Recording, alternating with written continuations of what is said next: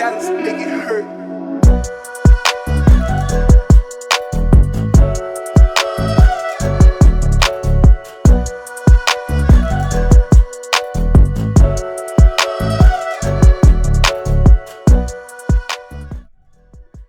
Happy teachers day. आज 5 सितंबर है। आज का दिन डेडिकेटेड है हर एक टीचर को जो हम लोगों को पढ़ाया, हम लोगों को शिक्षा दी और इतना बड़ा किया। आप ये सोच रहे होंगे कि वीडियो का टाइटल तो इंडिया वर्सेस चाइना है, उसका बॉर्डर कन्फ्लिक्ट के ऊपर वो एक्सप्लेन करने जा रहा है, तो इसके साथ टीचर्स डे का क्या संबंध है? बताता हूँ। ये सब कुछ जानने के लिए थोड़ा वीडियो को आगे सुनिए, फिर समझ में आएगा। हेलो, मेरा नाम अभिषेक है। वेलकम टू माय चैनल सरकारिश। तो इंडिया का चाइना का बहुत दिन से कॉन्फ्लिक्ट चल रहा है, बॉर्डर कॉन्फ्लिक्ट। ये स्टार्ट हुआ था 1914 में, जब पहला लाइन ड्रॉ हुआ था इंडिया और चाइना के बीच में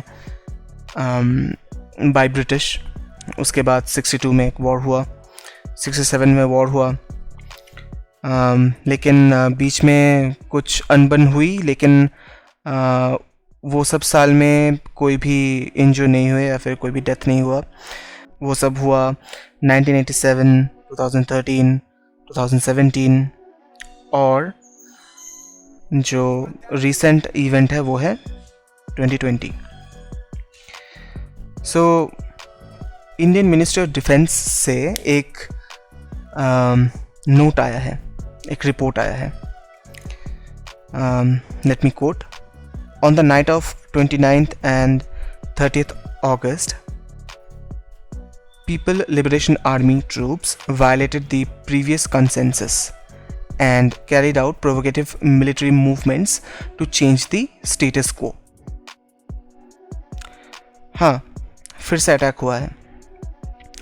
याद है 15 जून को जो हुआ था, 15 जून का किस्सा, जब इंडिया का 20 जवान शहीद हुए थे। जी हाँ, सेम एरिया में फिर से पीएलए ट्रूप्स ने हमला किया है। So on the Saturday evening 500 PLA troops tried to cross Spanggur, a narrow valley near the Chunsul village, and 3-hour hand-to-hand combat ensued. ये भी लिखा था इंडियन मिनिस्टर ऑफ डिफेंस के रिपोर्ट में। क्या कर रहा है चाइना यार, सीरियसली। उन लोगों का एक्सपेंशनिज्म इतना ज़्यादा उनके सर पे चढ़ गया है, कुछ भी किया जा रहा है। हर एक देश अभी कोरोना से जूझ रहा है, उसके बीच में भी फिर से चालू। नाउ सबसे मज़ेदार बात जो चाइना की तरफ से बोला जा रहा है वो है China never crosses a line.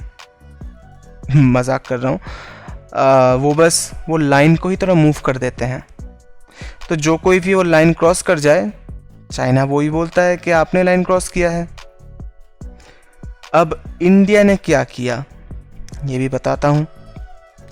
एक स्पेशल ऑप्स बटालियन है जो चाइनीज कैंप को सराउंड कर लिया है ना। जितने भी वहाँ पे हिल्स है ना, उसमें से 3 हिल्स पे इंडिया के ट्रूप्स ने, इंडिया के आर्मी ने कब्जा जमा लिया है ना। उनके पास एक एडवांटेज है कि वो जाके ओवरव्यू कर पाए कि पेंगोंग लेक के आसपास क्या हो रहा है। सो इंडिया ऑलवेज एक चीज़ मानता है, वो है कभी फर्स्ट अटैक मत करो, बिकॉज इतना दिन से India never attacked first, India always retaliated. So अभी कर रहा है अटैक, तो इंडिया को भी तो जवाब देना होगा ना। तो प्रॉब्लम ये है कि चाइना मान नहीं रहा है कि चाइना का गलती है। इंडिया को समझाना हो रहा है कि बॉस गलती तुम्हारा है, सुधर जाओ, अभी भी टाइम है। अब चाइना सुनने के लिए राज़ी नहीं है। चाइना अपना मिलिट्री फोर्सेस सब वहाँ पे ला रहा है। ये स्ट्रैटेजी समझने के लिए, ये कॉन्फ्लिक्ट समझने के लिए हम लोग को ये समझना होगा कि एरिया कौन सा है जहाँ पे चाइना अटैक कर रहा है। ठीक है, मैं सिंपल टर्म्स में आपको समझाता हूँ। LAC का फुल फॉर्म है लाइन ऑफ एक्चुअल कंट्रोल। उसमें इंडिया का 4 स्टेट और 1 यूनियन टेरिटरी अंतर्भुक्त है। 4 स्टेट कौन सा है? हिमाचल प्रदेश, उत्तराखंड, सिक्किम और अरुणाचल प्रदेश। और यूटी में क्या है? जो न्यूली क्रिएटेड एक यूनियन टेरिटरी है वो है लद्दाख।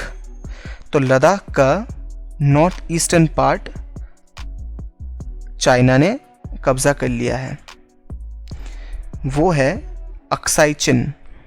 वहाँ पे ही एक बॉर्डर के पास से इंडिया अपना रोड कंस्ट्रक्शन चला रहा है। इंडिया कभी भी वो बॉर्डर क्रॉस नहीं किया है रोड बनाने के लिए। प्रॉब्लम है चाइना को। इंडिया क्यों अपना मिलिट्री प्रेजेंस बढ़ा रहा है? इंडिया कुछ भी मिलिट्री प्रेजेंस नहीं बढ़ा रहा था।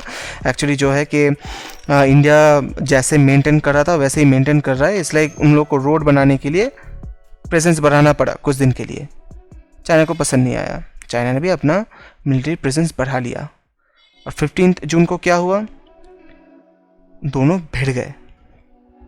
बिहार रेजिमेंट के एक लेफ्टिनेंट कर्नल मारे गए और 20 जवान शहीद हुए।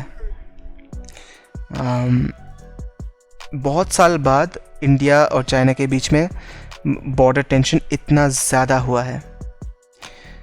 अब चाइना को ये समझाना बहुत ज़रूरी है कि लाइन तो भाई आप ही क्रॉस कर रहे हो बार बार, दिमागी तौर से भी और फिज़िकली भी। तो ये जो LAC है, ये LAC 4056 किलोमीटर का है, जहाँ पे जो राइट साइड में है वो है ईस्ट विंग, जैसे अरुणाचल प्रदेश और सिक्किम। ये हो गया ईस्टर्न फ्रंट। अब अरुणाचल प्रदेश का पूरा हिस्सा चाइना ही क्लेम कर रहा है। चाइना बोला ये तो हमारा है। भाई कैसे? सिक्किम वो एरिया, ये दोनों आता है ईस्टर्न फ्रंट में। उसके बाद आता है मिडिल पोर्शन, वो है हिमाचल प्रदेश और उत्तराखंड। और उसके बाद आता है वेस्ट फ्रंट, वो है लद्दाख का वो अक्साई चिन एरिया और उसके साथ वो LAC का एरिया।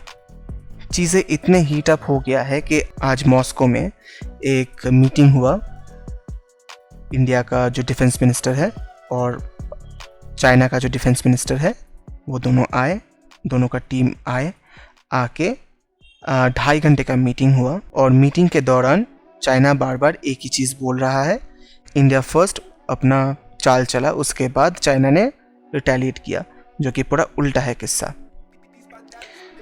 तो इंडिया के डिफेंस मिनिस्टर भी स्ट्रेट फॉरवर्ड बोल दिए हैं कि चाहे कुछ भी हो जाए इंडिया के ट्रूप्स वहाँ से नहीं हटेंगे। आप अपना मिलिट्री प्रेजेंस हटाओ, हम भी हटा देंगे। और इंडिया के डिफेंस मिनिस्टर से इंडियन आर्मी को ये मैसेज स्ट्रेट गया है कि जैसे तैसे करके वो एरिया अपने कब्ज़े में रखना है।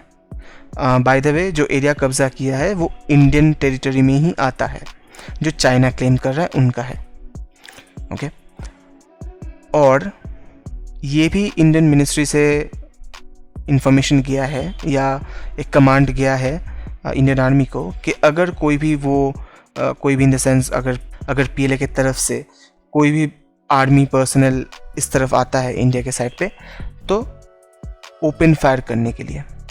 Yes, India is that much powerful now. और एक फन फैक्ट, जो स्पेशल ऑप्स का एक बटालियन टीम गया था वो एरिया कब्जा करने, उसका नाम था विकास बटालियन। जी हाँ, उसमें जितने भी नेटिव तिबेटियंस थे ना, वो सब उस बटालियन के हिस्सा हैं। अब एक पर्सनल प्राइड रहता है, राइट, अपना एरिया कब्जा करने में। जो अपना खुद का है वो खुद का हिस्सा, खुद का मान सम्मान उसके साथ जुड़ा रहता है। तो मुझे लगता है कि इंडियन आर्मी की तरफ से एक बहुत एक अच्छा स्टेप था कि इंडियन गवर्नमेंट ने उन लोगों को वहाँ पे जाने का या वहाँ पे वो एरिया को कब्ज़ा करने का मौका दिया था, जो लोगों को चाइना ने बहुत साल पहले वहाँ से निकाल दिया था। हाँ, तिब्बत से बहुत लोगों को निकाल दिया था। चाइना ये नहीं चाहता कि वहाँ पे बुद्धिज़्म रहे या फिर कोई भी मेजर रिलीजन वहाँ पे रहे। तो बुद्धिज़्म चाइना में एक बहुत बड़ा रिलीजन है, बहुत बड़ा कम्युनिटी है बुद्धिस्ट्स का। तो चाइना वो नहीं चाहता था। दलाई लामा इंडिया में एग्जाइल में है, लेकिन उनके साथ भी बहुत सारे तिब्बतियंस को इंडिया में शरण लेना पड़ा।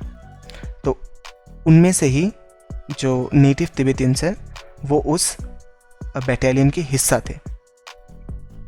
तो उन लोगों को एक मौका मिल गया ना अपना रिवेंज लेने का। तो दैट्स वेरी गुड। हम बार बार यही बात बोलते थे, पहले भी बोले हैं कि हम चाइना के जो लोकल रेसिडेंट्स है या जो चाइनीज़ पीपल है उन लोगों से कोई प्रॉब्लम नहीं है। We are not against them, we are just against the government of Xi Jinping.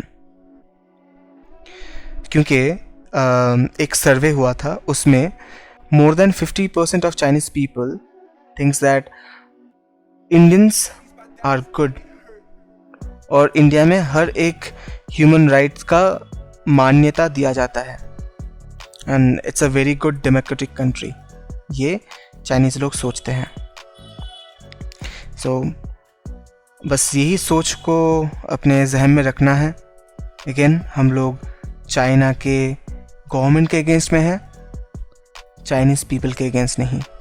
सब यूनाइट हो जाए तो सब कुछ सही रहेगा। बस हम यही बस प्रे करेंगे कि ये बॉर्डर टेंशन ख़त्म हो जाए।